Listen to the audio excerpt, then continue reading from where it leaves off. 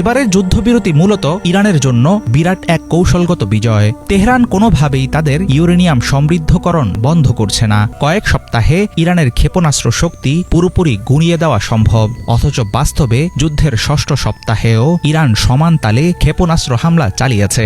মধ্যপ্রাচ্য জুড়ে মার্কিন ঘাঁটিগুলোতে মুহুর্মুহু হামলা আর হরমুজ প্রণালীতে একচ্ছত্র নিয়ন্ত্রণের মধ্য দিয়ে ইরান প্রমাণ করেছে নেতানিয়াহুর প্রতিটি পরিকল্পনা কতটা অবাস্তব আর ঠুনকো ছিল। এই সুযোগে ইরান এবং রাশিয়ার মতো পরাশক্তিগুলো সরাসরি মার্কিন বিরোধী অবস্থান নিয়েছে। এমনকি ইউরোপীয় মিত্ররাও এই যুদ্ধে ট্রাম্পের পাশে দাঁড়াতে অনীহা দেখিয়েছে। ফলে বিশ্বমঞ্চে আমেরিকার একচ্ছত্র আধিপত্য এখন মৃতপ্রায়। যুদ্ধবিরতি শুরু হলেও এটি এখন খুবই নাজুক এক সুতোয় ঝুলে আছে। এর ভাগ্য নির্ধারিত হবে মূলত লেবানন আর হরমুজ প্রণালীর সার্বিক পরিস্থিতির উপর। মধ্যপ্রাচ্যে ক্রমবর্ধমান সংঘাতের আগুন পুরোপুরি নিভবে নাকি আরও ধাউ ধাউ করে জ্বলে উঠবে, সেটা পরিষ্কার হয়ে যাবে আগামী 2 সপ্তাহে।